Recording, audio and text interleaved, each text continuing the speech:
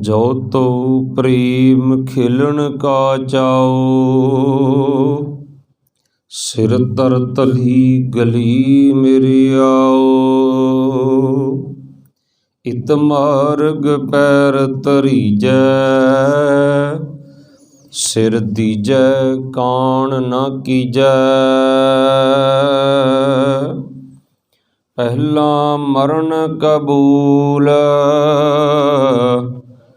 ਜੀਵਨ ਕੀ ਛੱਡ ਆਸ।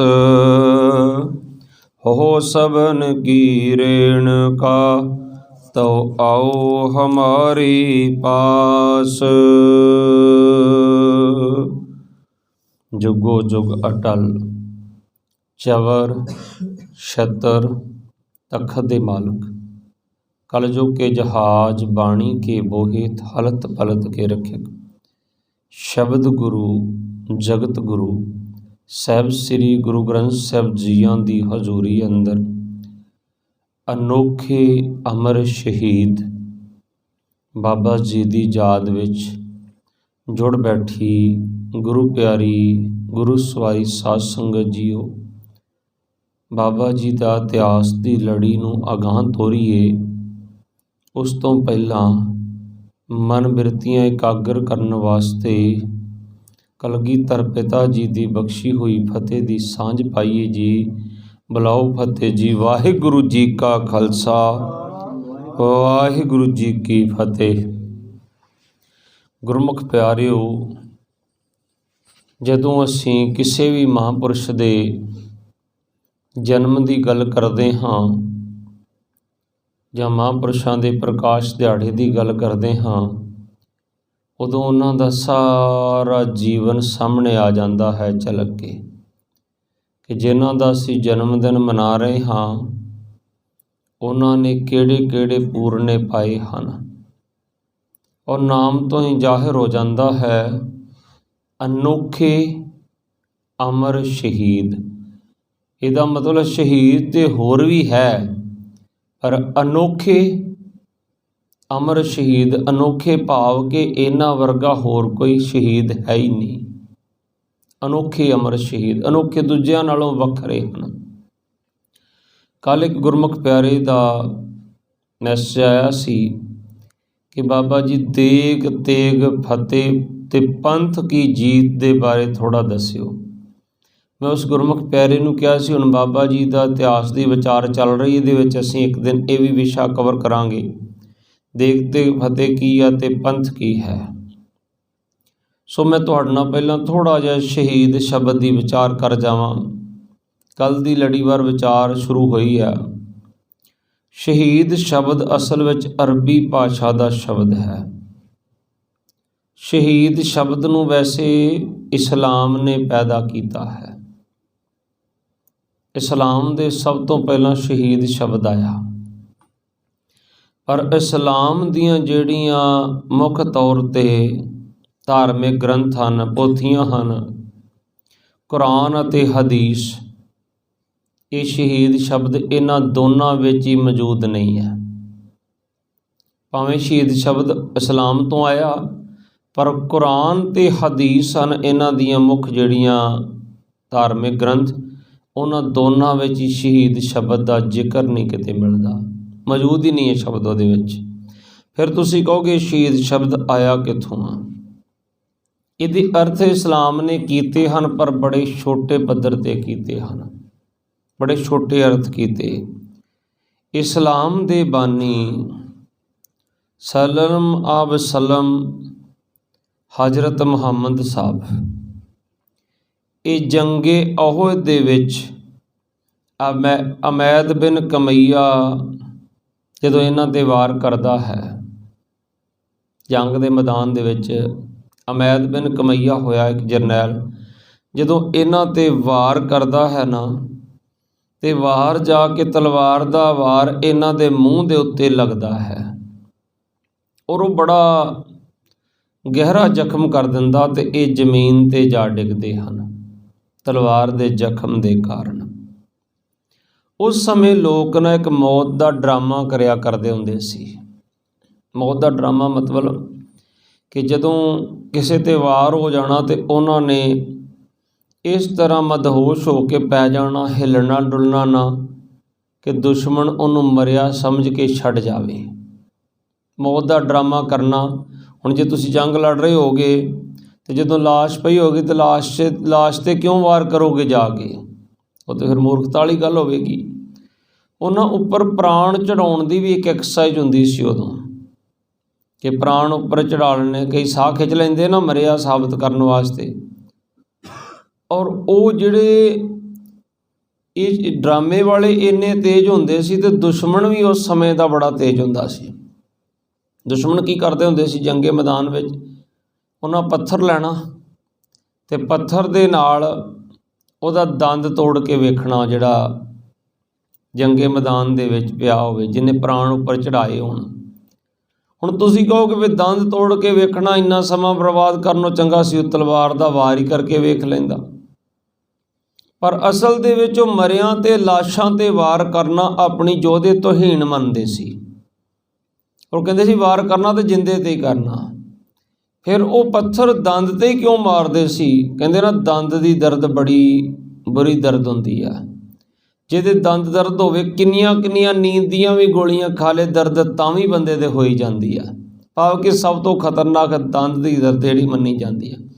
उन्हें पत्थर लैके दंद तोड़ना तो वह पक्की गल है। कई बार देखा जदों किसी का सुन करके मूँह ते दंद कढ़दे तो फिर भी बंदा चीकां मारन लग पैंदा।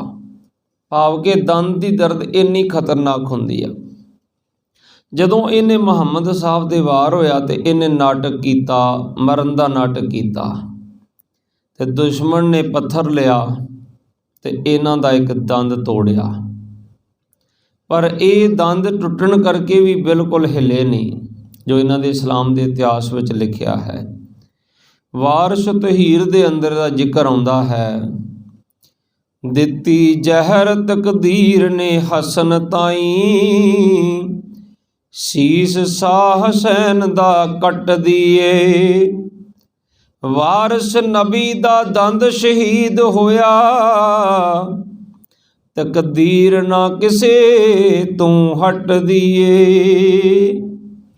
देखो उन्हां दी वारिशा जिहड़ा वारिशा दी तहीर दे विच की लिखिया, वो कहंदे नबी दा दंद शहीद हो गया। शहीद दी किड्डी छोटी जी परिभाषा दिती उन्होंने कि नबी दा जिहड़ा वा दंद उत्थे शहीद होया जंग दे मैदान दे। नबी आप नहीं शहीद होया, दंद शहीद होया। इत्थे ते कटे हुए सीस नूं भी तली ते टका के सूरबीर जोधा महाबली 75 साल की उम्र च भी खंडा वाही जाता, वो अजे भी नहीं मनता कि अजे भी शरीर शहीद हो गया। और दूसरे पासे उवें बाबा दीप सिंह नूं जिंदा शहीद आख्या जाता है, क्योंकि उन्हों का प्रण सी कि मैं जंगे मैदान शहादत पाउणी, शहीद होना ही होना है। सो गुरु ग्रंथ साहब विच भी शहीद शब्द का जिक्र आया है। पीर पैगंबर सालक सादक सौदे और शहीद। दूसरी बार फिर जिक्र आया भगत रविदास जी, जाके ईद बकरीद कुल गौरे, बद करे मानिए शेख शहीर पीरा शहीद पीरा। भगत रविदास जी आखते हैं, जाके ईद बकरीद कुल गौरे, बद करे मानिए शेख शहीद पीरा। दो बार शहीद का जिक्र श्री गुरु ग्रंथ साहब महाराज दे विच भी आया है। उवें 108 ग्रंथ रचे हैं, 108 ग्रंथ हिंदू धर्म के अंदर। 108 ग्रंथां विचों किसी ग्रंथ विच भी शहीद शब्द नहीं आया। 108 किहड़े किहड़े हैं? 6 शास्त्र हैं, 4 वेद हैं, 18 प्राण हैं, 27 सिमरतियाँ, 52 उपनिषदां ते 1 गायत्री मंत्र है। जिहड़ा अजकल सर्टिफिकेट लई फिरदे ना लोग ब्रह्म ज्ञानी 108, अज तो लोग 1008 भी लिखण लग पे आ। ये साडे सिख धर्म की डिग्री नहीं सी। भावें सब तो ज़्यादा साडे बाबिਆਂ ने गड्डियां ते लिखिया हुंदा ब्रह्म ज्ञानी 108 फलाना सिंह जी, अज 1008 भी लिखण लग पिया। ये हिंदू धर्म की एक डिग्री हुंदी सी जिहड़ा इन्हां 108 ग्रंथां दा ऐदन कर लैंदा सी। 6 शास्त्र, 4 वेद, 18 प्राण, 27 सिमरतियां, 52 उपनिषद, एक गायत्री मंत्र, ते उहनूं ये उपाधि दित्ती जांदी सी 108 दी। वो अपने नाम नाल 108 लिख लैंदा सी। जिहड़ा 4 वेदां दा ज्ञाता हुंदा सी वो अपने नाम नाल चतुर्वेदी लिख सकदा सी। जिन्हों 3 वेद याद हो जाते सी वो त्रिवेदी लिख लैंदा सी। जिन्हों 2 वेद हुंदे सी वो द्विवेदी लिख लैंदा हुंदा सी। ये डिग्रियां हुंदियां सी उस समय। पर शहीद शब्द के अर्थ जे साडे धर्म ने कीते हन। जो तो प्रेम खेलन का चाओ, शहीद ने किहड़ी क्लास च पढ़ना है? जो तो प्रेम खेलन का चाओ, सिर तर तली गली मेरी आओ। हुण गली च ते आ गए, अंदर तुसी इंटर हो गए। इत मार्ग पैर तरीजै, हुण गली तो अंदर पैर धरन लगे तुसी। इत मार्ग पैर तरीजै, सिर दीजै कान ना कीजे। ये नहीं कला दंद तड़वा के शहीद हो जा, दंद तड़वा के क्या भी शहीद हो गया दंद, नहीं। इत मार्ग पैर तरीजै, सिर दीजै कान ना कीजै। गुरु अर्जन देव पातशाह, पहला मरण कबूल जीवन की छड़ आस। लोक ना नाटक ना कर मौत दा, जिन्ना चिर प्राण चलदे उन्ना चिर जंगे मैदान जूझ। पहला मरण कबूल जीवन की छड़ आस। हो सबन की रेणुका तो आओ हमारे पास। इन्ना निमरता विच आ जा सारियां दे चरनां दी धूड़ बन के, तां मेरे कोल तुहानूं गुरु साहब कहंदे जगह मिलनी है। ते बाबा कबीर जी, गगन दमामा बाजियो परेओ निशाने घाओ। किते है जिक्र कि दंद टुट गया, तुसीं कहोगे दंद शहीद हो गया। उंगल कट गई कहोगे उंगल शहीद हो गई। बांह कट गई कहोगे बांह शहीद हो गई।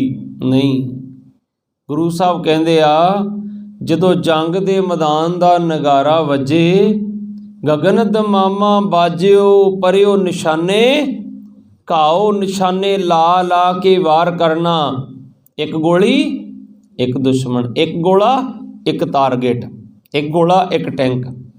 मैं बाबा दीप सिंह के इतिहास तो बाद अपना जिक्र करांगा कि गुरु गोबिंद सिंह की फौज विचों, गुरु नानक के घर विचों किहड़े किहड़े रूल आर्मी च लए गए हैं। ये भी रूल गुरु नानक के घर विचों लिया गया।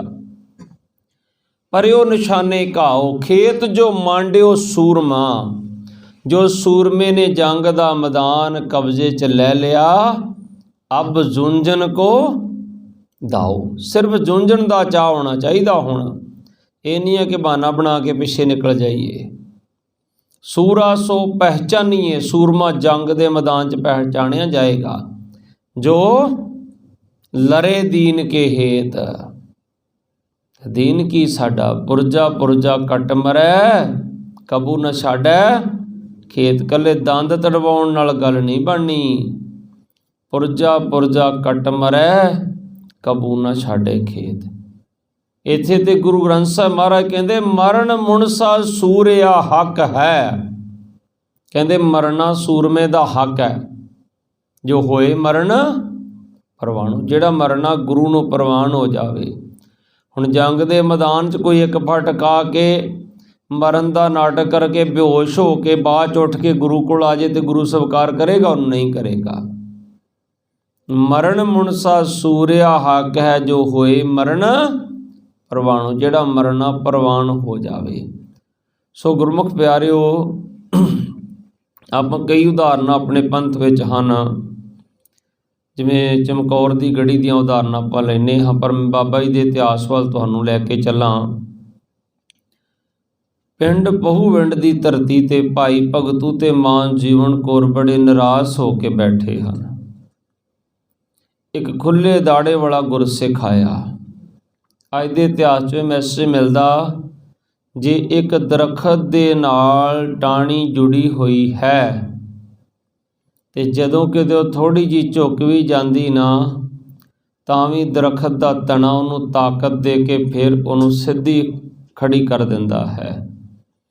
ਜਦੋਂ ਅਸੀਂ ਗੁਰੂ ਦੇ ਨਾਲ ਜੁੜੇ ਹੋਏ ਨਾ, ਜਦੋਂ ਕਿਤੇ ਤੁਹਾਡੇ ਜੀਵਨ 'ਚ ਨਿਰਾਸ਼ਤਾ ਆਏਗੀ, ਤੁਸੀਂ ਡੋਲੋਗੇ ਨਾ, ਤੇ ਉਦੋਂ ਗੁਰਮੁਖ ਪਿਆਰਿਓ, ਚਰਨ ਸ਼ਰਨ ਗੁਰ ਏਕ ਪੈਂਡਾ, ਜਾਏ ਚੱਲ ਸਤਿਗੁਰ ਕੋਟ ਪੈਂਡਾ, ਆਗੇ ਹੋਏ ਲੇਤ ਹੈ।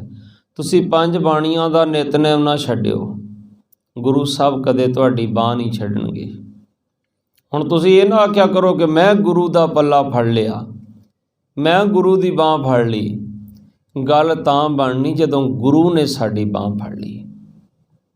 ਤੁਹਾਡਾ ਬੱਚਾ ਕਈ ਵਾਰ ਮੇਲੇ ਜਾਂਦਾ ਤੁਹਾਡੇ ਨਾਲ, ਅਤੇ ਬੱਚੇ ਨੇ ਤੁਹਾਡੀ ਉਂਗਲ ਪਕੜੀ ਹੁੰਦੀ। ਕਈ ਲੋਕ ਉਂਗਲ ਫੜਾਉਂਦੇ ਬੱਚੇ ਨੂੰ, ਪਰ ਜਦੋਂ ਭੀੜ ਹੋਵੇ ਉਦੋਂ ਸਿਆਣਾ ਬਾਪ ਉਂਗਲ ਫੜਾਉਂਦਾ ਨਹੀਂ, ਉਦੋਂ ਉਹਦੀ ਬਾਂਹ ਘੁੱਟ ਕੇ ਫੜਦਾ, ਕਿਉਂਕਿ ਬੱਚੇ ਦੀਆਂ ਹੱਥਾਂ 'ਚ ਓਨੀ ਤਾਕਤ ਨਹੀਂ ਹੁੰਦੀ।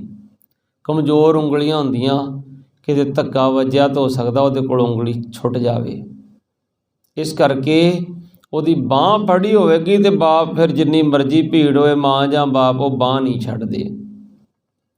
ਇਸ ਕਰਕੇ ਗੁਰੂ ਨੂੰ ਬਾਂਹ ਫੜਾਉਣੀ ਹੈ, ਜਿਹੜੀ ਗੁਰੂ ਕਿਸੇ ਮੁਸੀਬਤ ਵਿੱਚ ਵੀ ਬਾਂਹ ਸਾਡੀ ਛੱਡਣਗੇ ਨਹੀਂ। ਇੱਥੇ ਬਾਬਾ ਦੀਪ ਸਿੰਘ ਵਰਗੇ ਯੋਧੇ ਸੂਰਬੀਰ ਮਹਾਂਬਲੀ, ਜਦੋਂ ਇਹਨਾਂ ਦੇ ਮਾਤਾ ਪਿਤਾ ਥੋੜ੍ਹੇ ਜਿਹੇ ਨਿਰਾਸ਼ਤਾ ਵਿੱਚ ਆਏ ਨਾ, ਇੱਕ ਖੁੱਲ੍ਹੇ ਦਾੜੇ ਵਾਲਾ ਗੁਰਸਿੱਖ ਆਇਆ। ਉਹਨੇ ਹੱਥ ਜੋੜ ਕੇ ਆਖਿਆ, ਗੁਰਮੁਖੋ ਸਤਿ ਸ੍ਰੀ ਅਕਾਲ। ਸਤਿ ਸ੍ਰੀ ਅਕਾਲ ਦਾ ਜਵਾਬ ਦਿੰਦਿਆਂ ਸਾਰੀ ਭਾਈ ਸਾਹਿਬ ਨੇ ਆਖਿਆ, ਗੁਰਮੁਖੋ ਖੂਹ 'ਤੇ ਬੈਠੇ ਜੇ, ਖੂਹ ਵਗਦਾ ਹੈ, ਵੇਲਣੇ 'ਤੇ ਗੰਨਿਆਂ ਦਾ ਢੇਰ ਲੱਗਿਆ, ਬੱਚੇ ਕਿੱਥੇ ਗਏ, ਕੋਈ ਰੌਣਕ ਨਜ਼ਰ ਨਹੀਂ ਆਉਂਦੀ। ਅੰਤਰਜਾਮੀ ਪੁਰਖ ਵਿਦਾਤੇ ਸ਼ਰਧਾ ਮਨ ਕੀ ਪੂਰੇ। ਗੁਰੂ ਸਾਹਿਬ ਨੇ ਡਿਊਟੀ ਲਾਈ ਸਿੰਘ ਦੀ, ਜਾ ਭਾਈ ਅੱਜ ਮੇਰਾ ਸਿੱਖ ਡੋਲ ਰਿਹਾ। ਭਾਈ ਭਗਤੂ ਤੇ ਚੁੱਪਚਾਪ ਹੀ ਬੈਠੇ ਰਹੇ ਨੀਵੀਂ ਪਾ ਕੇ। ਮਾਤਾ ਜਿਉਣੀ ਦੀਆਂ ਧਾਹਾਂ ਨਿਕਲ ਗਈਆਂ, ਧਾਹਾਂ ਮਾਰ ਕੇ ਆਖਿਆ, ਮਹਾਂਪੁਰਸ਼ੋ 17 ਸਾਲ ਹੋ ਗਏ ਵਿਆਹ ਨੂੰ, ਅਜੇ ਤੱਕ ਔਲਾਦ ਹੀ ਪ੍ਰਾਪਤ ਨਹੀਂ ਹੋਈ। ਕਹਿੰਦੇ ਲੱਗਦੇ ਤੇ ਗੁਰੂ ਦੇ ਸਿੱਖੋ, ਡੋਲਦੇ ਕਿਉਂ ਹੋ? ਮਾਂ ਗੁਜਰ ਕੌਰ ਦੇ ਘਰ 'ਤੇ 34 ਸਾਲ ਬਾਅਦ ਔਲਾਦ ਹੋਈ ਸੀ। ਤੁਸੀਂ ਇਤਿਹਾਸ ਨਹੀਂ ਪੜ੍ਹਿਆ? 34 ਸਾਲ ਦਾ ਸਬਰ ਸੰਤੋਖ ਸੀ, ਤੇ ਬਾਦਸ਼ਾਹ ਦਰਵੇਸ਼ ਗੁਰੂ ਗੋਬਿੰਦ ਸਿੰਘ ਸਾਹਿਬ ਨੇ ਮਾਂ ਗੁਜਰ ਕੌਰ ਦੀ ਕੁੱਖ ਨੂੰ ਪਾਕ ਲਾਏ। ਤੁਸੀਂ ਜੁੜੇ ਰਹੋ ਆਪਣੇ ਮੁੱਢ ਦੇ ਨਾਲ, ਤੁਹਾਡੇ 'ਤੇ ਵੀ ਗੁਰੂ ਨਾਨਕ ਪਾਤਸ਼ਾਹ ਕਿਰਪਾ ਕਰਨਗੇ, ਤੁਹਾਨੂੰ ਵੀ ਲਾਲ ਬਖਸ਼ਿਸ਼ ਕਰਨਗੇ। ਤੁਹਾਡੇ ਘਰ ਵੀ, ਮਾਤਾ ਜੀ ਨੇ ਕਿਹਾ ਅੱਜ ਤੇ ਹਨੇਰਾ ਹੀ ਨਜ਼ਰ ਆਉਂਦਾ, ਕਹਿੰਦੇ ਨਹੀਂ, ਤੁਹਾਡੇ ਘਰ ਵੀ ਦੀਪ ਜਗੇਗਾ ਤੇ ਨਾਮ ਵੀ ਤੁਸੀਂ ਦੀਪ ਹੀ ਰੱਖ ਦੇਣਾ। ਅਗਲੇ ਸਾਲ ਨੂੰ ਘਰ ਵਿੱਚ ਲਾਲ ਦਾ ਜਨਮ ਹੋਇਆ। ਬਾਬਾ ਦੀਪ ਸਿੰਘ, ਨਾਂ ਰੱਖਿਆ ਦੀਪ। 1682 ਦੇ ਵਿੱਚ, ਜੋ ਕੱਲ੍ਹ ਦਾ ਦਿਹਾੜਾ ਆ ਰਿਹਾ, ਬਾਬਾ ਜੀ ਦਾ ਪ੍ਰਕਾਸ਼ ਦਿਹਾੜਾ, ਭਾਵੇਂ ਅੰਗਰੇਜ਼ੀ ਤਰੀਕਾਂ ਨਾਲ 26 ਜਨਵਰੀ ਹੁੰਦੀ, ਵੈਸੇ ਐਰਕਾਂ ਕਹਿੰਦੇ 27 ਤਰੀਕ ਦਾ ਆ ਗਿਆ। ਪਰ ਮੈਂ ਇਹ ਆਖਦਾ ਹੁੰਦਾ, ਅਸੀਂ ਤਰੀਕ ਨਾਲ ਨਹੀਂ, ਡੇਟਾਂ ਨਾਲ ਨਹੀਂ ਜੁੜਨਾ, ਅਸੀਂ ਬਾਬਾ ਜੀ ਦੇ ਇਤਿਹਾਸ ਨਾਲ ਜੁੜਨਾ ਹੈ। ਡੇਟਾਂ ਤੇ ਅੱਗੇ ਪਿੱਛੇ ਹੁੰਦੀਆਂ ਰਹਿੰਦੀਆਂ ਹਨ। ਇੱਕ ਸਮਾਂ ਆਪਣੀ ਰਫ਼ਤਾਰ ਨਾਲ ਚੱਲਦਾ ਗਿਆ, ਸਿੱਖੀ ਦੀ ਗੁੜਤੀ ਮਿਲੀ ਪਰਿਵਾਰ ਦੇ ਵਿੱਚੋਂ। 1699 ਦੀ ਵਿਸਾਖੀ, ਜਦੋਂ ਕਲਗੀਧਰ ਪਿਤਾ ਨੇ ਖਾਲਸੇ ਦੀ ਸਿਰਜਣਾ ਕੀਤੀ ਨਾ, ਇਹ ਨੌਜਵਾਨ 17 ਕੁ ਸਾਲ ਦੀ ਕਰੀਬ ਇਹਨਾਂ ਦੀ ਉਮਰ ਹੈ, 17-18 ਕੁ ਸਾਲ ਦੀ ਉਮਰ ਹੈ। ਤੇ ਬਾਹਰੋਂ ਖੇਲਦੇ ਖੇਲਦੇ ਆਏ, ਖੇਤਾਂ ਵਿੱਚੋਂ ਆ ਕੇ ਆਖਦੇ, ਬਾਪੂ ਜੀ ਮੈਂ ਸੁਣਿਆ ਆਨੰਦਪੁਰ ਵਾਲੇ ਗੁਰੂ ਨੇ ਇੱਕ ਖਾਲਸਾ ਸਜਾਇਆ, ਇੱਕ ਐਸਾ ਖਾਲਸਾ ਸਜਾਇਆ, ਕਹਿੰਦੇ ਜਿਹੜਾ 1.25 ਲੱਖ ਤੇ ਕੱਲਾ ਭਾਰੂ ਪੈ ਜਾਏਗਾ। ਐਸਾ ਖਾਲਸਾ ਸਜਾਇਆ ਜਿਹੜਾ ਸੀਸ ਨੂੰ ਤਲੀ ਤੇ ਰੱਖ ਕੇ ਮੀਲਾਂ ਤੱਕ ਖੰਡਾਵਾ ਜਾਏਗਾ। ਉਹਨਾਂ ਇੱਕ ਅੰਮ੍ਰਿਤ ਛਕਾਇਆ ਉੱਥੇ। ਪਿਤਾ ਜੀ ਮੈਂ ਵੀ ਜਾਣਾ ਆਨੰਦਪੁਰ। ਹੁਣ ਪਿਤਾ ਜੀ ਦਾ ਇਕਲੌਤਾ ਪੁੱਤਰ ਸੀ, ਇਕਲੌਤੇ ਪੁੱਤਰ ਦੀ ਹਰ ਖੁਆਇਸ਼ ਪੂਰੀ ਕੀਤੀ ਜਾਂਦੀ। ਕਹਿੰਦੇ ਚਲੋ ਠੀਕ ਆ ਪੁੱਤਰ, ਜੇ ਜਾਣਾ ਨਾ ਆਪਾਂ ਹੋਰ ਵੀ ਸੰਗਤਾਂ ਲੈ ਚੱਲਦੇ ਹਾਂ। ਚੰਗਾ ਅਮੀਰ ਪਰਿਵਾਰ ਸੀ, ਪਹੂ ਪਿੰਡ ਦਾ, ਜ਼ਮੀਨ ਜਾਇਦਾਦ ਚੰਗੀ ਸੀ। ਗੱਡਿਆਂ 'ਤੇ ਸਵਾਰ ਹੋ ਗਏ ਅਤੇ ਨਾਲ ਸੰਗਤਾਂ ਬਿਠਾ ਲਈਆਂ ਅਤੇ ਦੀਪ ਆਪਣੇ ਸਾਥੀਆਂ ਨਾਲ ਘੋੜਿਆਂ 'ਤੇ ਚੜ੍ਹ ਗਿਆ। ਜਿਵੇਂ ਅੱਜ ਕਿਤੇ ਯਾਤਰਾ 'ਤੇ ਜਾਣਾ ਹੋਵੇ ਅਤੇ ਨੌਜਵਾਨ ਬੁਲਟਾਂ 'ਤੇ ਚੜ੍ਹ ਜਾਂਦੇ ਆ, ਕਹਿਣਾ ਮੈਂ ਬੁਲਟ ਲੈ ਕੇ ਹੀ ਜਾਣਾ ਨਾਲ। ਉਸ ਸਮੇਂ ਘੋੜੇ ਸੀ। ਬਾਬਾ ਦੀਪ ਸਿੰਘ ਆਪਣੇ ਘੋੜੇ 'ਤੇ ਚੜ੍ਹ ਗਏ। ਨੌਜਵਾਨਾਂ ਨਾਲ ਰੇਸਾਂ ਲਾਉਂਦੇ ਸਾਰੇ ਪਹੁੰਚ ਗਏ ਅਨੰਦਪੁਰ ਸਾਹਿਬ। ਉਦੋਂ ਜਥੇ ਚੱਲਦੇ ਵੀ ਇਕੱਠੇ ਹੁੰਦੇ ਸੀ, ਕਿਉਂਕਿ ਧਾੜਵੀ ਬੜੇ ਲੁੱਟਦੇ ਹੁੰਦੇ ਸੀ ਅਤੇ ਨੌਜਵਾਨ ਜ਼ਿਆਦਾਤਰ ਘੋੜਿਆਂ 'ਤੇ ਇਸ ਕਰਕੇ ਹੁੰਦੇ ਸੀ ਕਿ ਹਿਫਾਜ਼ਤ ਕਰਨ ਵਾਸਤੇ ਵੀ ਜਥੇ ਦੀ, ਪਿੰਡ ਦੀ। ਹੁਣ ਜਦੋਂ ਪਹੁੰਚੇ ਅਤੇ ਇਸ ਤਰ੍ਹਾਂ ਜਿਵੇਂ ਗੁਰੂ ਗ੍ਰੰਥ ਸਾਹਿਬ ਮਹਾਰਾਜ ਅੱਜ ਸ਼ੋਭਾ ਪਾ ਰਹੇ ਆ, ਇੱਦਾਂ ਕਲਗੀਧਰ ਪਾਤਸ਼ਾਹ ਬੈਠੇ ਤਖਤ 'ਤੇ ਸੱਜ ਕੇ, ਪੰਜ ਪਿਆਰੇ ਕੋਲ ਖੜ੍ਹੇ ਆ। ਲੈਣ ਲੱਗੀ ਆ ਦਰਸ਼ਨ ਕਰਨ ਵਾਲਿਆਂ ਦੀ, ਕਿਉਂਕਿ ਦੂਰ ਤੱਕ ਗੱਲਾਂ ਫੈਲ ਗਈਆਂ। ਅੱਜ ਸਤਿਗੁਰ ਬਾਜਾਂ ਵਾਲੇ ਨੇ, ਹੋਏ ਦਿਲੀ ਗੁੱਸੇ ਵਿੱਚ ਕਾਲੇ ਨੇ, ਸੀ ਲਿਖ ਰਹੇ ਚਿੱਠੀਆਂ ਪਾਉਣ ਲਈ। ਇੱਕ ਮੁੱਠ ਹੋ ਜੋ ਹਿੰਦੂ ਹਿੰਦ ਦਿਓ, ਭਾਰਤ ਨੂੰ ਸਵਰਗ ਬਣਾਉਣ ਲਈ। ਬੜੇ ਪਾਪੀ ਵਾਅਦੇ ਕਰਦੇ ਨੇ, ਪਏ ਕਈ ਬਦੋਸ਼ੇ ਮਰਦੇ ਨੇ, ਬਦੋਸ਼ਿਆਂ ਦੀ ਜਾਨ ਬਚਾਉਣ ਲਈ। ਇੱਕ ਮੁੱਠ ਹੋ ਜੋ ਹਿੰਦੂ ਹਿੰਦ ਦਿਓ, ਭਾਰਤ ਨੂੰ ਸਵਰਗ ਬਣਾਉਣ ਲਈ। ਇਹ ਸਤਿਗੁਰਾਂ ਨੇ ਚਿੱਠੀਆਂ ਪਾਈਆਂ ਸੀ ਜਦੋਂ ਅੰਮ੍ਰਿਤ ਛਕਾਉਣ ਤੋਂ ਪਹਿਲਾਂ। ਅੱਜ ਲੋਕ ਦੇਖਣ ਜਾਂਦੇ ਆ ਕਿ ਇਹੋ ਜਿਹਾ ਖਾਲਸਾ ਸਜਾਇਆ, ਸਿਰਾਂ ਨੂੰ ਕੱਟ ਕੇ ਜੋੜ ਦਿੱਤਾ। ਅਤੇ ਜਦੋਂ ਫਿਰ ਲੈਣ ਵਿੱਚ ਲੱਗੇ ਹੋਏ ਨਾ, ਬਾਬਾ ਦੀਪ ਸਿੰਘ ਦੀ ਵਾਰੀ ਆਈ। ਇੱਕਦਮ ਕਲਗੀਧਰ ਪਾਤਸ਼ਾਹ ਦੇ ਚਰਨਾਂ 'ਤੇ ਟਹਿ ਕੇ ਮੱਥਾ ਟੇਕ ਕੇ ਜਦੋਂ ਉੱਠੇ ਨਾ, ਤਾਂ ਫਿਰ ਟਿਕ ਟਿਕੀ ਲਗਾ ਕੇ ਇੱਕਦਮ ਦੇਖਦੇ ਰਹੇ ਕਲਗੀਧਰ ਪਾਤਸ਼ਾਹ ਦੇ ਵੱਲ। ਸਤਿਗੁਰ ਇਸ ਨੌਜਵਾਨ ਵੱਲ ਦੇਖਦੇ ਆ ਅਤੇ ਇਹ ਨੌਜਵਾਨ ਗੁਰੂ ਸਾਹਿਬ ਦੇ ਨੇਤਰਾਂ 'ਚ ਦੇਖਦਾ। ਜਿਹੜੇ ਮਹਾਂਪੁਰਸ਼ ਹੁੰਦੇ ਨਾ, ਗੁਰੂ ਤੇ ਬੜੀ ਵੱਡੀ ਗੱਲ ਹੈ, ਉਹ ਆਪਣੀ ਇੱਕ ਦ੍ਰਿਸ਼ਟੀ 'ਚੋਂ ਹੀ ਬੜਾ ਗਿਆਨ, ਬੜੀਆਂ ਬਖਸ਼ਾਂ ਵੰਡ ਜਾਂਦੇ ਹਨ। ਸੋ ਗੁਰਮੁਖ ਪਿਆਰਿਓ, ਜਦੋਂ ਫਿਰ ਕਾਫੀ ਦੇਰ ਟਿਕ ਟਿਕੀ ਲਗਾ ਕੇ ਦੇਖਦੇ ਰਹੇ ਨਾ, ਅਤੇ ਕਲਗੀਧਰ ਪਿਤਾ ਨੇ ਮੁਸਕਰਾ ਕੇ ਆਖਿਆ, ਕਾਕਾ ਕੀ ਨਾਮ ਹੈ ਤੇਰਾ? ਸਤਿਗੁਰ ਦੀਪ। ਕਹਿੰਦੇ ਦੀਪ ਇਸ ਪਾਸੇ ਵੀ ਜਾਇਆ ਕਰ। ਇੱਧਰ ਜੋਧੇ ਨਾ ਸ਼ਸਤਰ ਅਭਿਆਸ ਕਰਦੇ ਆ, ਇੱਧਰ ਘੋੜ ਸਵਾਰੀਆਂ ਦੇ ਜੌਹਰ ਵਿਖਾਉਂਦੇ ਆ, ਇਸ ਪਾਸੇ ਵੀ ਜਾਇਆ ਕਰ ਥੋੜ੍ਹਾ ਸ਼ਾਮ ਦੇ ਵਕਤ। ਸਤ ਬਚਨ ਕਹਿ ਦਿੱਤਾ। 3 ਦਿਨ ਰੁਕੇ ਇੱਥੇ। ਅਗਲੇ ਦਿਨ ਅੰਮ੍ਰਿਤ ਛਕ ਕੇ ਦੀਪ ਤੋਂ ਦੀਪ ਸਿੰਘ ਬਣ ਗਏ, ਭਗਤੂ ਤੋਂ ਭਗਤ ਸਿੰਘ ਹੋ ਗਏ, ਅਤੇ ਜਿਉਣੀ ਤੋਂ ਜੀਵਨ ਕੌਰ ਹੋ ਗਏ। ਦੀਪ ਸਿੰਘ ਉਸ ਪਾਸੇ ਜਾ ਕੇ ਪੁੱਛਦਾ ਨੌਜਵਾਨਾਂ ਨੂੰ, ਤੁਸੀਂ ਕਿੰਨੀ ਤਨਖਾਹ ਲੈਂਦੇ ਜੀ? ਤੁਸੀਂ ਇਸ ਫੌਜ ਵਿੱਚ ਹੁਣ ਭਰਤੀ ਹੋਏ ਜੀ? ਕੋਈ ਕਹਿੰਦਾ ਜੀ ਮੈਨੂੰ ਇੰਨੇ ਸਾਲ ਹੋ ਗਏ, ਕੋਈ ਕਹਿੰਦਾ ਮੈਂ ਤਾਂ ਪੌਂਟਾ ਸਾਹਿਬ ਤੋਂ ਵੀ ਨਾਲ ਹੀ ਹਾਂ। ਕਹਿੰਦੇ ਕਿੰਨੀ ਤਨਖਾਹ ਲੈਂਦੇ ਹੋ? ਕਿਹੜੀ ਫੌਜ ਹੈ? ਕਹਿੰਦੇ ਇਹ ਖਾਲਸਾ ਅਕਾਲ ਪੁਰਖ ਕੀ ਫੌਜ ਹੈ, ਪ੍ਰਗਟਿਓ ਖਾਲਸਾ ਪਰਮਾਤਮ ਕੀ ਮੌਜ ਹੈ। ਕਹਿੰਦੇ ਮੈਂ ਵੀ ਇਸ ਫੌਜ 'ਚ ਸ਼ਾਮਿਲ ਹੋ ਸਕਦਾ? ਕਹਿੰਦੇ ਹਾਂ ਬਿਲਕੁਲ। ਕਹਿੰਦੇ ਅੰਮ੍ਰਿਤ ਛਕ ਲਾ ਸਿੰਘ ਸਾਜਾ। ਅੰਮ੍ਰਿਤ ਛਕ ਲਿਆ। ਕਹਿੰਦੇ ਕਿੰਨੀ ਤਨਖਾਹ ਲੈਂਦੇ ਹੋ? ਉਹ ਨੌਜਵਾਨ ਹੱਸ ਕੇ ਕਹਿੰਦੇ ਅਸੀਂ ਤਨਖਾਹ ਨਹੀਂ ਲੈਂਦੇ, ਅਸੀਂ ਤੇ ਸਤਿਗੁਰ ਆਗੇ ਸੀਸ ਭੇਟ ਦਿਓ। ਉਹ ਵੀ ਜੇ ਸਤਿਗੁਰ ਸਾਚੇ ਪਾਵੇ, ਜੇ ਸੱਚੇ ਨੂੰ ਪਾ ਜਾਵੇ, ਅਸੀਂ ਤੇ ਸੀਸ ਭੇਟ ਕਰਨ ਆਏ ਗੁਰੂ ਤੋਂ। ਦੂਸਰੇ ਨੂੰ ਪੁੱਛਦੇ ਆ ਤੂੰ ਕੀ ਲੈਣਾ? ਉਹ ਕਹਿੰਦਾ ਮੈਂ ਤੇ ਵੇਚਣ ਆਇਆ ਇੱਥੇ। ਕਹਿੰਦੇ ਕੀ ਵੇਚਣ ਆਇਆ? ਕਹਿੰਦੇ ਮਨ ਵੇਚੈ ਸਤਿਗੁਰ ਕੈ ਪਾਸ, ਤੇ ਸੇਵਕ ਕੈ ਕਾਰਜ ਰਾਸ। ਮੈਂ ਤੇ ਮਨ ਵੇਚਣ ਆਇਆ ਇੱਥੇ। ਅਗਲਾ ਦਿਨ, ਤੀਸਰਾ ਦਿਨ ਹੋਇਆ ਜਦੋਂ ਜਾਣ ਲੱਗੇ ਨਾ, ਤੇ ਸਤਿਗੁਰਾਂ ਕੋਲ ਛੁੱਟੀਆਂ ਲੈਣੀਆਂ ਸੀ। ਨਕਮਸਤਕ ਹੋਏ, ਮੱਥਾ ਟੇਕਿਆ ਤੇ ਬਾਬਾ ਦੀਪ ਸਿੰਘ ਨੇ ਇੱਕ ਵਾਰੀ ਸਿਰ ਰੱਖਿਆ ਗੁਰੂ ਗੋਬਿੰਦ ਸਿੰਘ ਦੇ ਚਰਨਾਂ ਤੇ ਚੱਕਿਆ ਹੀ ਨਹੀਂ ਦੁਬਾਰਾ। ਬਥੇਰਾ ਮਾਤਾ ਕਹੇ ਚੱਲ ਪੁੱਤ ਹੁਣ ਤਾਂ ਸੀਸ ਚੁੱਕਣੀ ਨਾ, ਉੱਠਣੀ ਨਾ, ਪੁੱਤ ਉੱਠਣ ਚੱਲੀਏ, ਸਫ਼ਰ ਬੜਾ ਲੰਮੇਰਾ। ਤੇ ਚਰਨ ਫੜ ਕੇ ਸਤਿਗੁਰ ਨੂੰ ਕਹਿੰਦੇ ਮਹਾਰਾਜ ਮੈਂ ਨਹੀਂ ਜੇ ਜਾਣਾ, ਮੈਨੂੰ ਹੁਣ ਚਰਨਾਂ 'ਚ ਰੱਖ ਲਓ, ਮੈਂ ਜਾਣਾ ਨਹੀਂ ਜੇ, ਰੱਖੀ ਚਰਨਾਂ ਦੇ ਕੋਲ। ਹੁਣ ਕਿਹੋ ਜਿਹਾ ਸੀਨ ਹੋਏਗਾ, ਇਕਲੌਤਾ ਹੋਵੇ ਪੁੱਤਰ, 17 ਸਾਲ ਵਿਆਹ ਤੋਂ ਬਾਅਦ ਪ੍ਰਾਪਤ ਹੋਇਆ ਹੋਵੇ ਤੇ ਉਹ ਜਵਾਨ ਹੋਇਆ ਹੋਵੇ ਤੇ ਆਖੇ ਮੈਂ ਰਹਿਣਾ ਹੀ ਗੁਰੂ ਕੋਲ ਆ। ਕਲਗੀਧਰ ਪਾਤਸ਼ਾਹ ਨੇ ਇੱਕ ਦ੍ਰਿਸ਼ਟੀ ਪਾਈ ਭਗਤੂ ਤੇ, ਕਹਿੰਦੇ ਭਗਤ ਸਿੰਘ ਜੀ ਹੁਣ ਰਹਿਣ ਦਿਓ ਫਿਰ ਬਾਲਕ ਨੂੰ ਇੱਥੇ ਹੀ। ਸਤ ਬਚਨ ਕਹਿ ਦਿੱਤਾ। ਉਹ ਸਿੱਖ ਵੀ ਕਿਹੋ ਜਿਹੇ ਸਨ ਜਿਹੜੇ ਗੁਰੂ ਦੇ ਕਹਿਣ ਤੇ ਉਸੇ ਵੇਲੇ ਹੀ ਸਤ ਬਚਨ ਕਹਿ ਦਿਆ ਕਰਦੇ ਸਨ। ਸਤ ਬਚਨ ਕਹਿ ਕੇ ਗੁਰੂ ਦੀ ਖੁਸ਼ੀ ਵਿੱਚ ਆਪਣੀ ਖੁਸ਼ੀ ਮੰਨ ਕੇ ਵਾਪਸ ਪਰਤ ਆਏ। ਥੋੜ੍ਹੇ ਹੀ ਸਮੇਂ ਵਿੱਚ ਬਾਬਾ ਦੀਪ ਸਿੰਘ ਸੱਟ ਚੰਗੀ ਮਾਰਨ ਲੱਗ ਪਏ ਲੋਹੇ ਤੇ। ਘੋੜ ਸਵਾਰੀ 'ਚ ਚੰਗੀ ਮਹਾਰਤ ਹਾਸਲ ਹੋ ਗਈ, ਸ਼ਸਤਰ ਵਿਦਿਆ ਗੱਤਕੇ 'ਚ ਬੜੇ ਮਾਹਰ ਹੋ ਗਏ।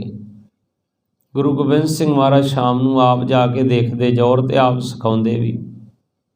ਫਿਰ ਸਤਿਗੁਰਾਂ ਨੇ ਬਾਬਾ ਦੀਪ ਸਿੰਘ ਨੂੰ ਨਾ ਇਹ ਸਾਰੀ ਜਿਹੜੀ ਟੀਮ ਸੀ, ਜੁਝਾਰੂ ਟੀਮ, ਇਹਦਾ ਇੰਚਾਰਜ ਬਣਾ ਦਿੱਤਾ, ਜਥੇਦਾਰ ਬਣਾ ਦਿੱਤਾ ਸਿਖਾਉਣ ਵਾਸਤੇ। ਸਮਾਂ ਆਪਣੀ ਰਫਤਾਰ ਚੱਲਦਾ ਗਿਆ। ਜਦੋਂ 21 ਦਸੰਬਰ 1704 ਦੀ ਵਿਚਕਾਰਲੀ ਰਾਤ ਨੂੰ ਅਨੰਦਪੁਰ ਸਾਹਿਬ ਦਾ ਕਿਲ੍ਹਾ ਛੱਡਿਆ। ਸਰਸਾ ਨਦੀ 'ਤੇ ਜਦੋਂ ਪਰਿਵਾਰ ਵਿਛੋੜਾ ਪਿਆ, ਸਤਿਗੁਰਾਂ ਦਾ ਪਰਿਵਾਰ 3 ਹਿੱਸਿਆਂ ਵਿੱਚ ਵੰਡਿਆ ਗਿਆ। ਇੱਕ ਹਿੱਸਾ ਭਾਈ ਮਨੀ ਸਿੰਘ ਬਾਬਾ ਦੀਪ ਸਿੰਘ ਜੀ ਦੇ ਨਾਲ, ਮਾਤਾ ਸੁੰਦਰੀ ਜੀ, ਸੁੰਦਰ ਕੌਰ ਜੀ ਤੇ ਮਾਤਾ ਸਾਹਿਬ ਕੌਰ ਜੀ ਦਿੱਲੀ ਵਾਲੇ ਪਾਸੇ ਨੂੰ ਰਵਾਨਾ ਹੋ ਗਏ। ਹੁਣ ਭਾਈ ਮਨੀ ਸਿੰਘ ਦਿੱਲੀ ਰੋਗੇ ਮਾਤਾਵਾਂ ਦੇ ਕੋਲ ਤੇ ਬਾਬਾ ਦੀਪ ਸਿੰਘ, ਜਿਵੇਂ ਸਤਿਗੁਰ ਨੇ ਆਗਿਆ ਕੀਤੀ ਸੀ ਕਿ ਤੁਸੀਂ ਅਗਾਂਹ ਆਪਣੇ ਪਿੰਡ ਨੂੰ ਨਿਕਲ ਜਾਇਓ, ਜਿਵੇਂ ਦਾ ਸਮਾਂ ਬਣੇਗਾ ਨਾ ਫਿਰ ਅਸੀਂ ਸੁਨੇਹਾ ਭੇਜਾਂਗੇ, ਫਿਰ ਆ ਕੇ ਮਿਲ ਜਾਇਓ। ਹੁਣ ਉਸ ਸਮੇਂ ਕੋਈ ਟੈਲੀਫੋਨ ਨਹੀਂ ਸੀ ਹੁੰਦਾ, ਮੀਡੀਆ ਨਹੀਂ ਸੀ ਹੁੰਦਾ। ਬਾਬਾ ਜੀ ਪਹੂਵਿੰਡ ਪਹੁੰਚ ਜਾਂਦੇ ਹਨ, ਖੇਤੀ ਕਰ ਰਹੇ ਹਨ। ਸ਼ੇਰ ਸਿੰਘ ਨਾਮੀ ਇੱਕ ਸਿੰਘ ਨੇ ਜਾ ਕੇ ਆਖਿਆ, ਬਾਬਾ ਜੀਓ ਵਾਹਿਗੁਰੂ ਜੀ ਕਾ ਖਾਲਸਾ ਵਾਹਿਗੁਰੂ ਜੀ ਕੀ ਫਤਿਹ। ਹਲ ਵਾਹ ਰਹੇ ਸੀ ਖੇਤ ਵਿੱਚ, ਹਲ ਵਾਹੁੰਦਿਆਂ ਨੂੰ ਫਤਿਹ ਬੁਲਾਈ। ਅਜੇ ਬਾਬਾ ਜੀ ਕੁਛ ਕਹਿੰਦੇ, ਕੁਛ ਪੁੱਛਦੇ ਕਿ ਗੁਰੂ ਗੋਬਿੰਦ ਸਿੰਘ ਸਾਹਿਬ ਦਾ ਪਰਿਵਾਰ ਕਿੱਥੇ ਆ, ਗੁਰੂ ਸਾਹਿਬ ਕਿੱਧਰ ਗਏ। ਇੰਨੇ ਚਿਰ ਨੂੰ ਸਿੰਘ ਨੇ ਆਖਿਆ, ਬਾਬਾ ਜੀ ਤੁਹਾਨੂੰ ਗੁਰੂ ਗੋਬਿੰਦ ਸਿੰਘ ਸਾਹਿਬ ਨੇ ਖਦਰਾਣੇ ਦੀ ਢਾਬ 'ਤੇ ਬੁਲਾਇਆ, ਜਿਹਨੂੰ ਅੱਜ ਮੁਕਤਸਰ ਸਾਹਿਬ ਆਖਿਆ ਜਾਂਦਾ, ਆਪਣੇ ਲਾਗੇ ਹੀ ਆ ਬਠਿੰਡਾ। ਉਹ ਜਿਵੇਂ ਕਹਾਵਤ ਹੈ, ਅੰਨਾ ਕੀ ਪਾਲੇ 2 ਅੱਖੀਆਂ। ਬਾਬਾ ਜੀ ਨੇ ਹਲ ਛੱਡਿਆ ਤੇ ਪਿਤਾ ਜੀ ਤੋਂ ਲਈ ਆਗਿਆ ਤੇ ਘੋੜੇ 'ਤੇ ਕਾਠੀ ਪਾ ਲਈ। ਦੋਨੇ ਸਿੰਘ ਰਸਤੇ 'ਚ ਵਾਰਤਾਲਾਪ ਕਰਦੇ ਕਰਦੇ ਸਾਰਾ ਇਤਿਹਾਸ ਰਸਤੇ 'ਚ ਆਉਂਦਿਆਂ ਸੁਣ ਲਿਆ, ਕਿਵੇਂ ਕੁਰਬਾਨੀਆਂ ਹੋਈਆਂ, ਕਿਵੇਂ ਸਾਹਿਬਜ਼ਾਦੇ ਸ਼ਹੀਦ ਹੋ ਗਏ, ਮਾਤਾ ਜੀ ਸ਼ਹਾਦਤ ਦਾ ਜਾਮ ਪੀ ਗਏ, 3 ਪਿਆਰੇ ਸ਼ਹੀਦ ਹੋ ਗਏ, ਚਮਕੌਰ ਦੀ ਕੜੀ ਵਿੱਚ ਭਾਈ ਸੰਗਤ ਸਿੰਘ ਸ਼ਹੀਦ ਹੋ ਗਏ। ਸਾਰਾ ਇਤਿਹਾਸ ਸੁਣਦੇ ਸੁਣਦੇ ਸਾਬੋ ਕੀ ਤਲਵੰਡੀ ਪਹੁੰਚ ਗਏ। ਸਾਬੋ ਕੀ ਤਲਵੰਡੀ, ਤਲ ਦਾ ਅਰਥ ਹੁੰਦਾ ਹੈ ਜ਼ਮੀਨ, ਤੇ ਵੰਡੀ ਜਿਹੜੀ ਜ਼ਮੀਨ ਵੰਡੀ ਹੋਵੇ, ਤਲ ਵੰਡੀ, ਜ਼ਮੀਨ ਦੀ ਵੰਡ। ਜਦੋਂ ਆ ਕੇ ਪਹੁੰਚੇ, ਦਰਬਾਰ ਲੱਗਿਆ ਹੋਇਆ ਸੀ। ਬਾਬਾ ਦੀਪ ਸਿੰਘ ਨੇ ਸਤਿਗੁਰਾਂ ਦੇ ਚਰਨਾਂ 'ਤੇ ਸੀਸ ਰੱਖ ਕੇ ਸਤਿਗੁਰਾਂ ਦੇ ਚਰਨ ਧੋ ਦਿੱਤੇ, ਨੇਤਰ ਸਿਜਲ ਕਰਕੇ। ਬੜਾ ਵਿਰਾਗ 'ਚ ਆ ਕੇ ਆਖਿਆ, ਸਤਿਗੁਰੂ ਚਾਰੇ ਹੀ ਸਾਹਿਬਜ਼ਾਦੇ ਸ਼ਹੀਦ ਹੋ ਗਏ, ਮਾਂ ਗੁਜਰ ਕੌਰ ਦੀ ਸ਼ਹਾਦਤ ਦਾ ਜਾਮ ਪੀ ਗਏ, 3 ਪਿਆਰੇ ਸ਼ਹੀਦ ਹੋ ਗਏ, ਮੈਂ ਨਿਭਾਗਾ ਜੇ ਜੀਵਤ ਫਿਰਦਾ ਹਾਂ। ਮੇਰੇ ਸ਼ਹਿਨਸ਼ਾਹ ਨੇ ਥਾਪੜਾ ਦੇ ਕੇ उठा के छाती नाल ला के कहा, दीप सिंघा, अजे तुहाडे कोलों बड़ियां वडमुल्लियां सेवावां होर लैणियां, वक्त आएगा जे सेवा दा।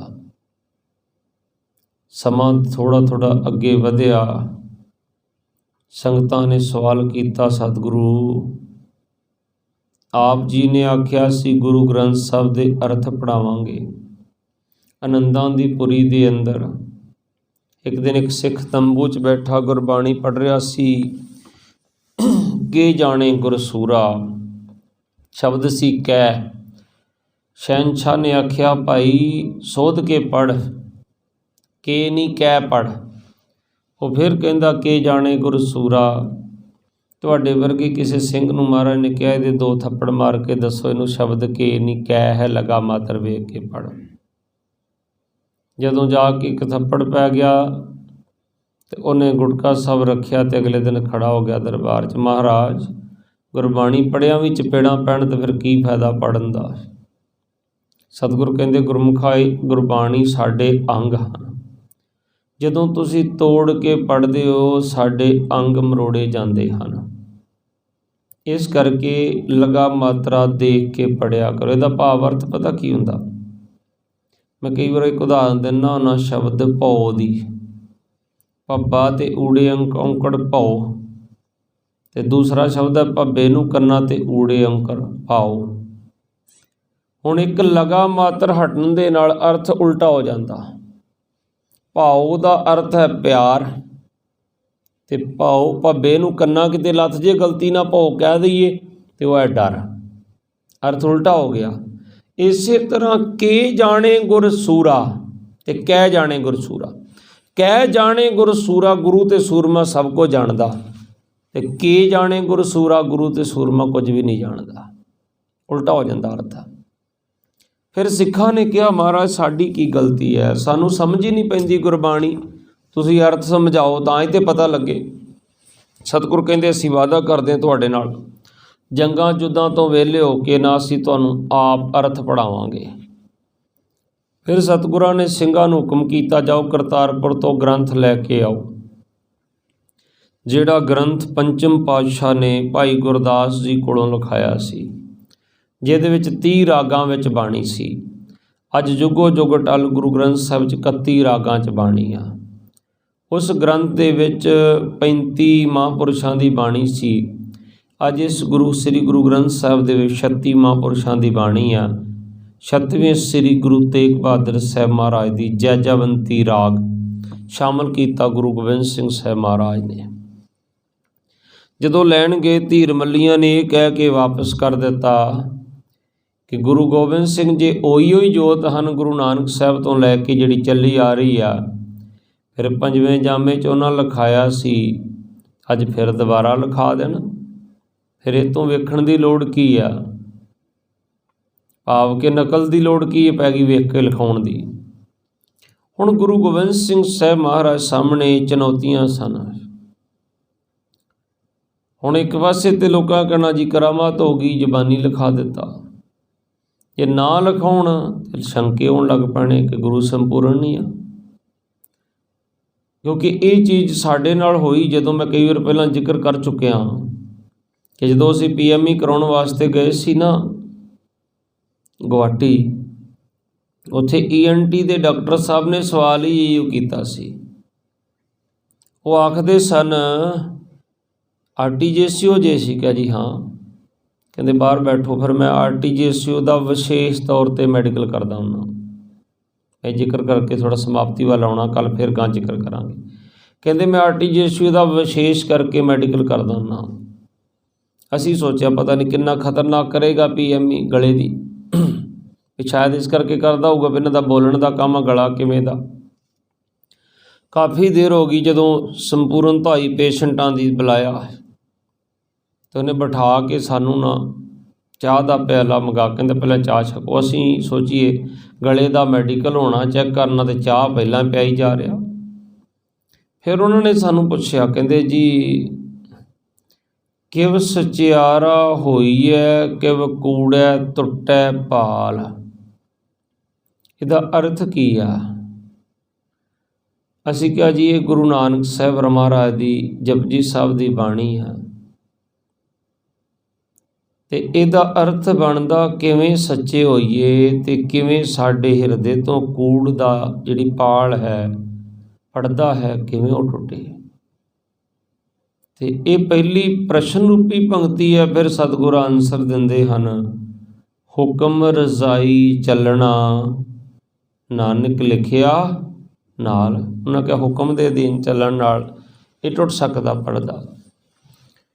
ਉਹਨਾਂ ਬੜਾ ਬਾ ਕਮਾਲ ਦਾ ਸਵਾਲ ਕੀਤਾ, ਕਹਿੰਦੇ ਜੀ ਇਹ ਕਿੰਨੇ ਤੁਹਾਨੂੰ ਆਖਿਆ ਵੀ ਗੁਰੂ ਨਾਨਕ ਦੀ ਬਾਣੀ ਹੈ? ਕਿਹੜਾ ਪੀਏ ਸੀ ਨਾਲ ਜਿਹੜਾ ਲਿਖੀ ਜਾਂਦਾ ਸੀ ਉਸ ਸਮੇਂ? ਅਸੀਂ ਉਹਨਾਂ ਨੂੰ ਉਦਾਹਰਨਾਂ ਦਿੱਤੀਆਂ ਕਿ ਗੁਰੂ ਨਾਨਕ ਸਾਹਿਬ ਮਹਾਰਾਜ ਜਦੋਂ ਬਗਦਾਦ ਵੀ ਗਏ ਹਨ, ਮੱਕੇ ਵੀ ਗਏ, ਪੁੱਛਣ ਫੂਲ ਕਿਤਾਬ ਨੂੰ ਹਿੰਦੂ ਵੱਡਾ ਕਿ ਮੁਸਲਮਾਨ ਹੋਈ।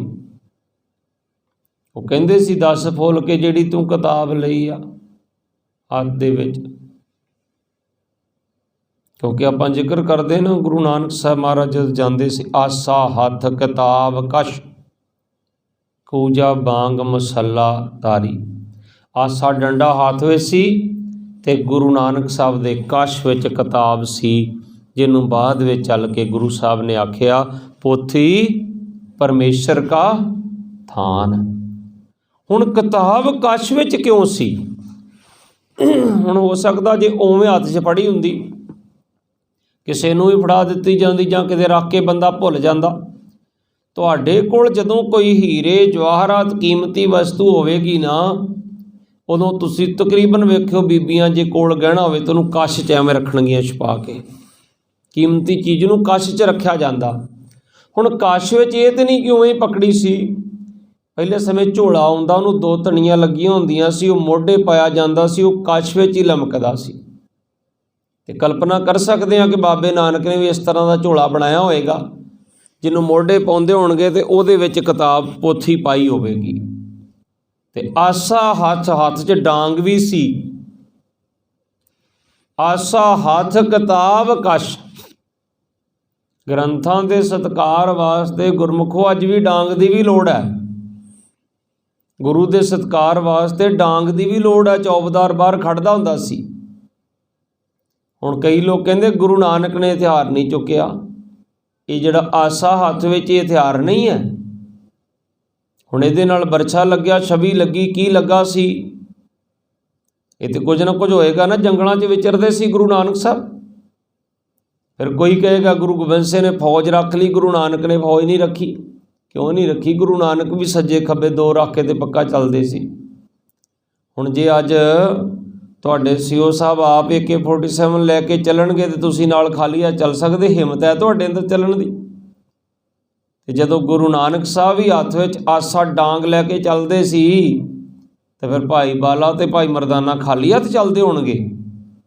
ਗੁਰਦੁਆਰਾ ਡਾਂਗ ਮਾਰ ਸਾਹਿਬ ਨਹੀਂ ਆ, ਤੇ ਡਾਂਗ ਹੈ ਸੀ ਤੇ ਮਾਰੀ ਨਾ ਉਹਨਾਂ ਨੇ।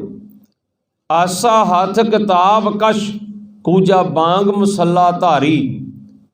ਥੱਲੇ ਕੱਪੜਾ ਵੀ ਵਿਛਾਉਣ ਵਾਸਤੇ ਰੱਖਦੇ ਸੀ ਜਿੱਥੇ ਬਹਿ ਕੇ ਜਪ ਕਰਨਾ ਹੈ। ਅਸੀਂ ਕਿਹਾ ਜੀ ਉਹ ਬਾਬੇ ਨਾਨਕ ਕੋਲ ਹੁੰਦੀ ਸੀ, ਕੋਲੋਂ ਲਿਖਦੇ ਸੀ, ਨਾਲ ਆਪ ਲਿਖਦੇ ਸੀ। ਕੋਈ ਕਿਸੇ ਦੇ ਵਿਸ਼ਵਾਸ ਨਹੀਂ ਕਰਦੇ ਸੀ ਕਿ ਕੋਈ ਜੋ ਉਸ 'ਚ ਮਿਲਾਵਟ ਕਰ ਸਕੇ। ਗੁਰੂ ਨਾਨਕ ਸਾਹਿਬ ਇੰਨੇ ਸੁਚੇਤ ਸਨ। ਅੱਜ ਜਿਹੜੇ ਕਈ ਕਹਿੰਦੇ ਨਾ ਗ੍ਰੰਥਾਂ 'ਚ ਮਿਲਾਵਟ ਹੋ ਗਈ, ਕਿਹਦੀ ਜ਼ਰੂਰਤ ਹੈ ਜਿਹੜੇ ਗੁਰੂ ਨਾਨਕ ਦੇ ਗ੍ਰੰਥਾਂ 'ਚ ਮਿਲਾਵਟ ਕਰ ਦੇਵੇ? 10ਵੇਂ ਜਾਮੇ ਨੂੰ ਕੀ ਆਖਦੇ ਅਸੀਂ? ਗੁਰੂ ਗੋਬਿੰਦ ਸਿੰਘ ਸਾਹਿਬ ਸਭ ਥਾਈਂ ਹੋਏ ਸਹਾਏ। ਤੇ ਗੁਰੂ ਗ੍ਰੰਥ ਸਾਹਿਬ ਨੂੰ ਕੀ ਆਖਦੇ ਆ? ਪ੍ਰਗਟ ਗੁਰਾਖੀ ਦੇ। ਤੇ ਜਿਹੜਾ ਪ੍ਰਗਟ ਹੀ ਗੁਰੂ ਆ ਉਹਦੇ ਨਾਲ ਛੇੜਛਾੜ ਕਰਨ ਦੀ ਜ਼ਰੂਰਤ ਹੈ ਕਿਸੇ ਦੀ?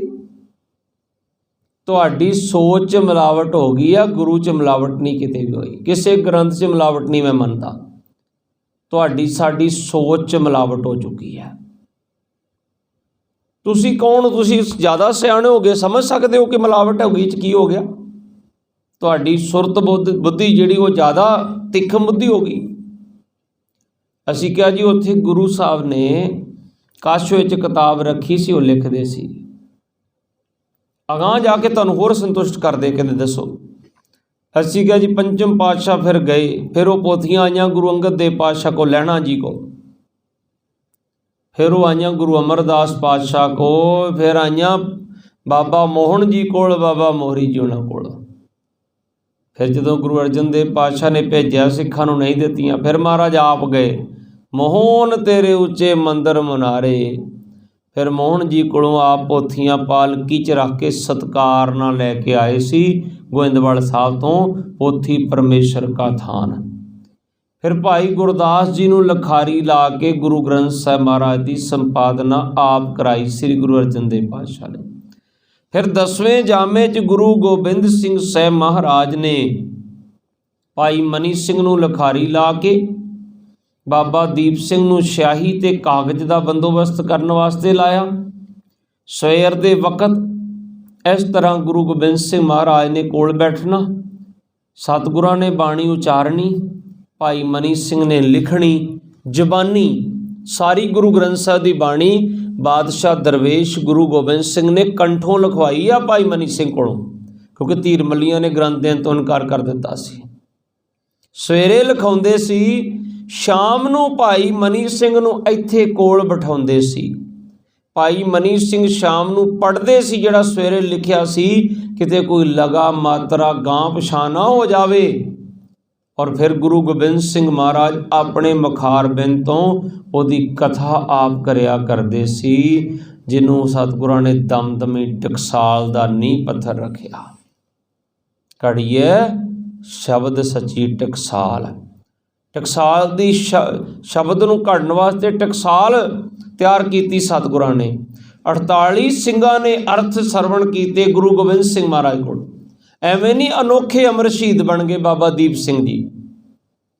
48 ਸਿੰਘਾਂ ने अर्थ सरवण कीते ते जदों सारी संपूर्णता होई ना, तो वो सिंह बदे मुक्त हो गए।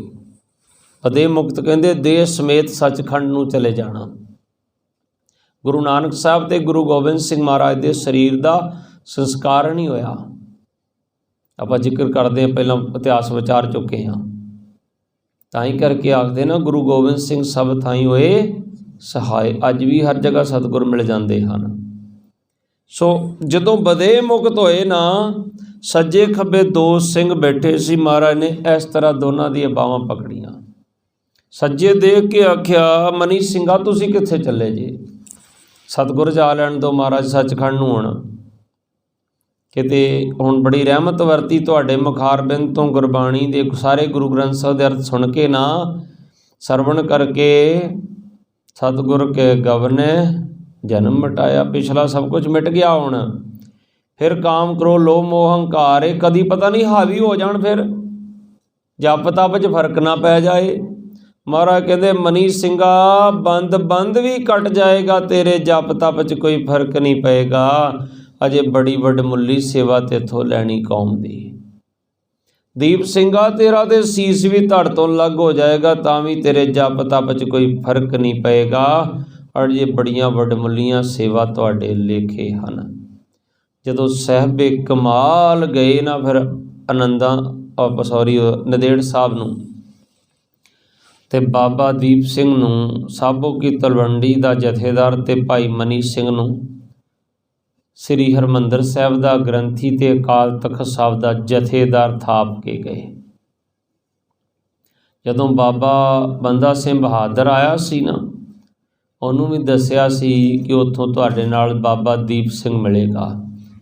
फिर बाबा दीप सिंह भी चप्पड़चिड़ी के मैदान में जूंझण वास्ते आप 2 धारा खंडा लैके नाल जा मिले सी, जूंझे सी उत्थे। मुहिमां दे विच बाबा दीप सिंह ने बाबा बंदा सिंह बहादुर दे मोढे नाल मोढा ला के उत्थे दुश्मनां दा सफाया कीता सी। बाबा दीप सिंह ने इत्थे 4 उतारे कीते हन गुरु ग्रंथ साहिब दे गुरमुखी विच। एक उतारा कीता अरबी भाषा में, जिहड़ा अज बगदाद यूनीवर्सिटी विच प्रकाशमान है गुरु ग्रंथ साहिब, जितों अज बगदाद के लोग साइंसदान उनके उन्होंने साइंटिस्ट रिसर्च कर रहे हैं गुरु ग्रंथ साहिब तो। जिथे अज कहते HIV एडिस तो बचो, ਗੁਰੂ ਸਾਹਿਬ ਨੇ ਬੜਾ ਪਹਿਲਾਂ ਕਹਿ ਦਿੱਤਾ, ਏਕਾ ਨਾਰੀ ਜਤੀ ਹੋਵੇ। ਇੱਕ ਦੇ ਨਾਲ ਹੀ ਸੰਬੰਧ ਰੱਖਣ ਦਾ ਆਖਿਆ ਸਤਿਗੁਰਾਂ ਨੇ, ਜੀਵਨ ਸਾਥੀ ਨਾਲ। ਫਿਰ ਤੁਸੀਂ ਜਿਹੋ ਜਿਹਾ ਮਰਜ਼ੀ ਸਵਾਲ ਕਰੋ, ਗੁਰੂ ਸਾਹਿਬ ਤੁਹਾਨੂੰ ਜਵਾਬ ਦਿੰਦੇ ਹਨ। ਸਤਿਗੁਰ ਕਹਿੰਦੇ ਜੇ ਬਾਹਰ ਨਿਕਲਦਿਆਂ ਤੁਹਾਨੂੰ ਕੋਈ ਨੌਜਵਾਨ ਬੱਚੀ ਦਾ ਚਿਹਰਾ ਬੜਾ ਸੁੰਦਰ ਲੱਗਦਾ ਨਾ, ਕੋਈ ਬੱਚੀ ਸੁੰਦਰ ਲੱਗਦੀ ਆ, ਤੇ ਤੁਸੀਂ ਫਿਰ ਕਲਪਨਾ ਕਰੋ ਇਹੋ ਜੀ ਮੇਰੀ ਬੇਟੀ ਵੀ ਘਰ ਵਿੱਚ ਆ, ਉਹ ਵੀ ਇਸੇ ਤਰ੍ਹਾਂ ਦੀ ਸੁੰਦਰ ਹੈ, ਤੁਹਾਡੇ ਬਰਾਬਰ ਦੀ ਆ। ਤੁਸੀਂ ਕਹੋ ਮੇਰੀ ਭੈਣ ਵੀ ਐਵੇਂ ਸੋਹਣੀ ਲੱਗਦੀ, ਘਰ ਵਿੱਚ ਘੁੰਮਦੀ ਫਿਰਦੀ, ਮੇਰੀ ਮਾਂ ਵੀ ਇਸ ਤਰ੍ਹਾਂ ਹੀ ਸੁੰਦਰ ਲੱਗਦੀ ਹੈ। ਕਿਉਂਕਿ ਰਾਜਿਆਂ ਦੀਆਂ ਪੁੱਤਰੀਆਂ ਸੋਹਣੀਆਂ ਤੇ ਲੱਗਣੀਆਂ ਹੀ ਆ। ਕੌਰ ਦਾ ਅਰਥ ਕੀ ਹੁੰਦਾ? ਰਾਜ ਕੁਵਾਰੇ। ਤੁਮ ਹੋ ਸਭ ਰਾਜਨ ਕੇ ਰਾਜਾ, ਅਸੀਂ ਰਾਜਿਆਂ ਦੇ ਪੁੱਤਰ ਹਾਂ।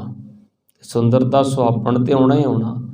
ਤੇ ਕਲਗੀਧਰ ਪਾਤਸ਼ਾਹ ਕਹਿੰਦੇ ਜੇ ਤੁਹਾਨੂੰ ਕੋਈ ਜ਼ਿਆਦਾ ਸੁੰਦਰ ਲੱਗਦਾ ਨਾ, ਦੇਖ ਪਰਾਈਆਂ ਚੰਗੀਆਂ, ਮਾਵਾਂ ਧੀਆਂ ਭੈਣਾਂ ਜਾਣੇ। ਆਪਣੀ ਮਾਂ ਜਾਣ ਲਾ, ਭੈਣ ਜਾਣ ਲਾ ਤੇ ਧੀ ਜਾਣ ਲਾ, ਤੇਰੇ ਅੰਦਰੋਂ ਜਿਹੜੇ ਮਾੜੇ ਫੁਰਨੇ ਉਹ ਖਤਮ ਹੋ ਜਾਣਗੇ, ਨਾਸ਼ ਹੋ ਜਾਣਗੇ। ਅੱਜ ਜਿਹੜੀਆਂ ਬਿਮਾਰੀਆਂ ਤੋਂ ਬਚਣ ਨੂੰ ਸਾਨੂੰ ਸਾਇੰਸ ਕਹਿ ਰਹੀ, ਸ੍ਰੀ ਗੁਰੂ ਗ੍ਰੰਥ ਸਾਹਿਬ ਨੇ ਬਹੁਤ ਸਮਾਂ ਪਹਿਲਾਂ ਕਹਿ ਦਿੱਤਾ। ਗੰਗਾ ਜਮਨਾ ਪਵਿੱਤਰ ਹੋ ਗਈ। ਕਿਉਂ ਪਵਿੱਤਰ ਹੋ ਗਈ? ਤੁਸੀਂ ਮੰਨਿਆ ਨਹੀਂ। ਜੇ ਮੰਨਿਆ ਹੁੰਦਾ ਨਾ, ਪਵਨ ਗੁਰੂ ਪਾਣੀ ਪਿਤਾ ਮਾਤਾ ਧਰਤ ਮਹਤ, ਤੇ ਇਹ ਦੁੱਖ ਦੇਖਣ ਨੂੰ ਮਿਲਣੇ ਨਹੀਂ ਸੀ ਸਾਨੂੰ। ਇਹਨਾਂ ਦੁੱਖਾਂ ਦਾ ਕਾਰਨ ਇਹੀ ਆ। ਸੋ ਬਾਬਾ ਦੀਪ ਸਿੰਘ ਜੀ ਨੇ 4 ਉਤਾਰੇ ਇੱਥੇ ਰਹਿ ਕੇ ਕੀਤੇ, ਤੇ 5ਵਾਂ ਭਾਈ ਮਨੀ ਸਿੰਘ ਵਾਲਾ 5 ਤਖਤਾਂ ਤੇ ਪ੍ਰਕਾਸ਼ਮਾਨ ਹਨ। ਸਮਾਂ ਕਾਫੀ ਹੋ ਚੁੱਕਿਆ, ਮੈਂ ਇਸ ਤੋਂ ਅੱਗੇ ਦਾ ਇਤਿਹਾਸ ਆਪ ਨਾਲ ਕੱਲ੍ਹ ਫਿਰ ਵਿਚਾਰਾਂਗਾ। ਫਿਰ ਵਿਚਾਰ ਕਰਾਂਗਾ ਇੱਕ ਦਿਨ ਦੇਗ ਤੇਗ ਫਤਿਹ ਕੀ ਹੈ, ਪੰਥ ਕੀ ਹੈ ਤੇ ਪੰਥ ਕੀ ਜੀਤ ਕੀ ਹੈ। ਸਤਿਗੁਰ ਕਿਰਪਾ ਕਰਨ। ਇੰਨੇ ਕੁ ਬਚਨ ਕਰਦੇ ਹੋਏ ਸਮਾਪਤੀ। ਕੋਈ ਬਚਨ ਵੱਧ ਘੱਟ ਬੋਲਿਆ ਗਿਆ ਹੋਵੇ, ਗੁਰੂ ਰੂਪ ਸਾਧ ਸੰਗਤ ਤੇ ਸ੍ਰੀ ਗੁਰੂ ਗ੍ਰੰਥ ਸਾਹਿਬ ਜੀ ਮਹਾਰਾਜ ਬਖਸ਼ਣਯੋਗ ਹਨ। ਅਨੋਖੇ ਅੰਮ੍ਰਿਤ ਸ਼ਹੀਦ ਬਾਬਾ ਦੀਪ ਸਿੰਘ ਦੇ ਜੀਵਨ ਦੀਆਂ ਕਥਾ ਵਿਚਾਰਾਂ ਕਰਦੀਆਂ ਹੋਈਆਂ ਭੁੱਲਾਂ ਦੀ ਬਾਬਾ ਜੀ ਤੇ ਗੁਰੂ ਸਾਹਿਬ ਬਖਸ਼ਣਯੋਗ ਹਨ। ਬੁਲਾਓ ਫਤਿਹ ਜੀ। ਵਾਹਿਗੁਰੂ ਜੀ ਕਾ ਖਾਲਸਾ, ਵਾਹਿਗੁਰੂ ਜੀ ਕੀ ਫਤਿਹ।